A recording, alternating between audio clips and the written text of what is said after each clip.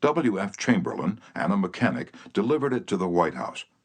I have in front of me a letter from Mr. Chamberlain relating his experiences. I taught President Roosevelt how to handle a car with a lot of unusual gadgets, but he taught me a lot about the fine art of handling people. When I called at the White House, Mr. Chamberlain writes, the President was extremely pleasant and cheerful. He called me by name, made me feel very comfortable, and particularly impressed me with the fact that he was vitally interested in the things I had to show him and tell him. The car was so designed that it could be operated entirely by hand.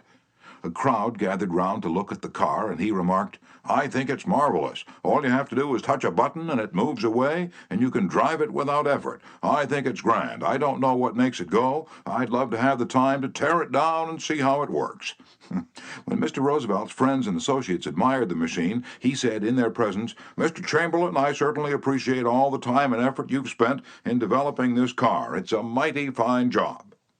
He admired the radiator, the special rear vision mirror and clock, the special spotlight, the kind of upholstery, the sitting position of the driver's seat, the special suitcases in the trunk with his monogram on each suitcase. In other words, he took notice of every detail to which he knew I had given considerable thought. He made a point of bringing these various pieces of equipment to the attention of Mrs. Roosevelt, Miss Perkins, the Secretary of Labor, and his secretary. He even brought the old White House porter into the picture by saying, George, you want to take particularly good care of these suitcases. When the driving lesson was finished, the President turned to me and he said, Well, Mr. Chamberlain, I've been keeping the Federal Reserve Board waiting 30 minutes. I guess I had better get back to work. I took a mechanic with me to the White House. He was introduced to Roosevelt when he first arrived. He didn't talk to the President, and Roosevelt heard his name only once. He was a shy chap and he kept in the background, but before leaving us, the President looked for the mechanic, shook his hand, called him by name, and thanked him for coming to Washington. And there was nothing perfunctory about his thanks. He meant what he said. I could feel that. A few days after returning to New York, I got an autographed photograph of President Roosevelt and a little note of thanks, again expressing his appreciation for my assistance. How he found time to do it is a mystery to me. Franklin D. Roosevelt knew that one of the simplest, most obvious, and most important ways of gaining goodwill was by remembering names and making people feel important. Yet how many of us do it? Half the time we are introduced to a stranger, we chat for a few minutes and can't even remember his or her name by the time we say goodbye. One of the first lessons a politician learns is this: to recall a voter's name is statesmanship, to forget it is oblivion. And the ability to remember names is almost as important in business and social contacts as it is in politics. Napoleon III, Emperor of France and nephew of the great Napoleon, boasted that in spite of all his royal duties, he could remember the name of every person he met. His technique? Simple. If he didn't hear the name distinctly, he said, So sorry I didn't get the name clearly. And then if it was an unusual name, he would say, How is it spelled? During the conversation, he took the trouble to repeat the name several times and tried to associate it in his mind with the person's features, expression, and general appearance. If the person was someone of importance, Napoleon went to even further pains. As soon as His Royal Highness was alone, he wrote the name down on a piece of paper, looked at it, concentrated on it, fixed it securely in his mind. And then he tore up the paper. In this way, he gained an eye impression of the name as well as an ear impression. All this takes time, but good manners, said Emerson, are made up of petty sacrifices. The importance of remembering and using names is not just the prerogative of kings and corporate executives. It works for all of us. Ken Nottingham, an employee of General Motors in Indiana, usually had lunch at the company cafeteria. He noticed that the woman who worked behind the counter always had a scowl on her face. She had been making sandwiches for about 2 hours, and I was just another sandwich to her. I told her what I wanted. She weighed out the ham on a little scale, and then she gave me 1 leaf of lettuce, a few potato chips, and handed them to me. The next day I went through the same line, same woman, same scowl. The only difference was I noticed her name tag. I smiled. I said, Hello, Eunice. Then I told her what I wanted. Well, she forgot the scale, piled on the ham, gave me 3 leaves of lettuce, and heaped on the potato chips until they fell off the plate. We should be aware of the magic contained in a name and realize this single item is wholly and completely owned by the person with whom we are dealing, and nobody else. The name sets the individual apart. It makes him or her unique among all others. The information we are imparting, or the request we are making, takes on a special importance when we approach the situation with the name of the individual. From the waitress to the senior executive, the name will work magic as we deal with others. Principle 3. Remember that a person's name is to that person the sweetest and most important sound in any language.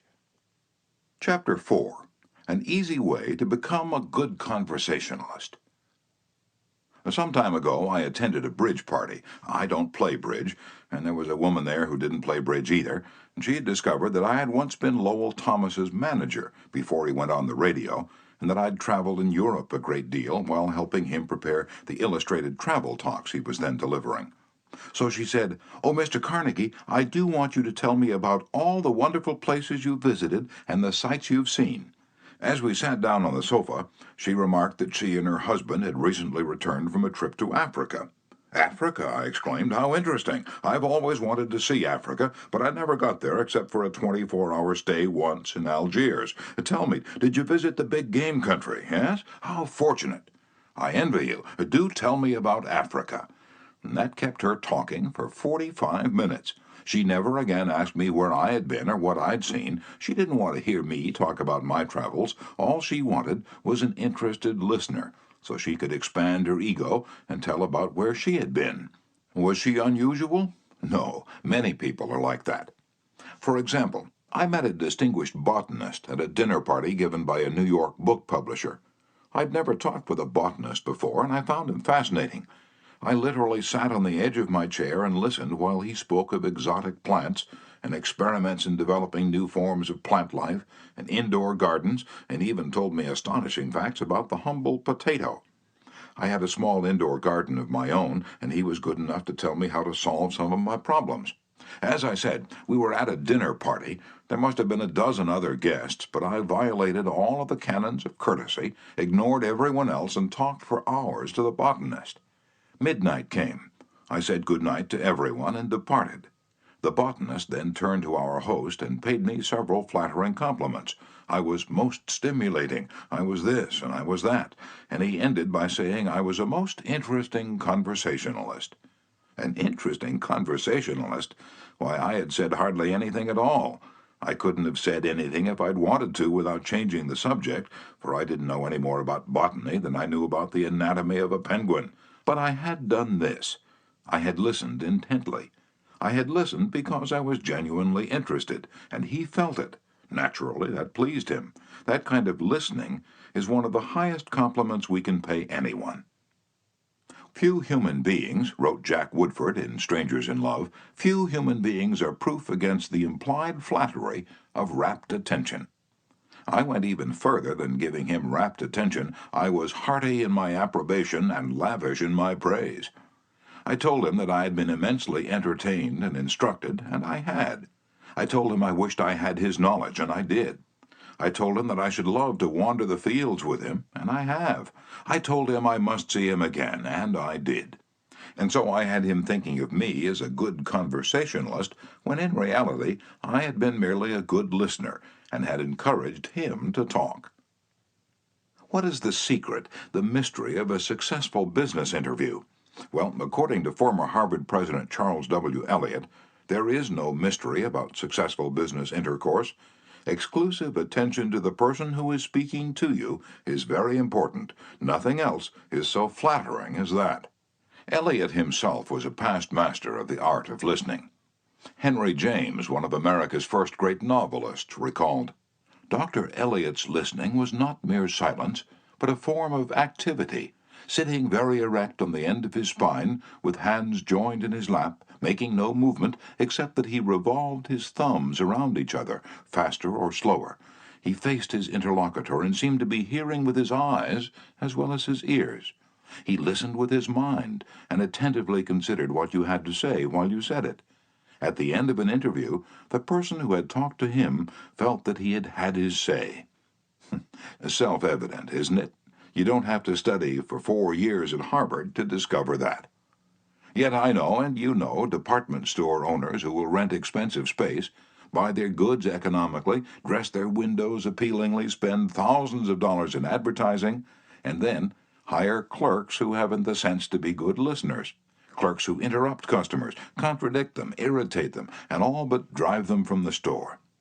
A department store in Chicago almost lost a regular customer who spent several $1,000s each year in that store because a sales clerk wouldn't listen.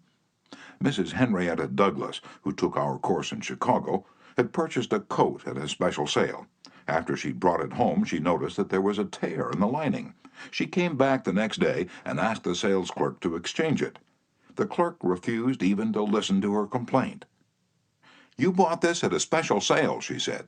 She pointed to a sign on the wall. "Read that," she explained. "All sales are final. Once you bought it, you have to keep it. Sew up the lining yourself."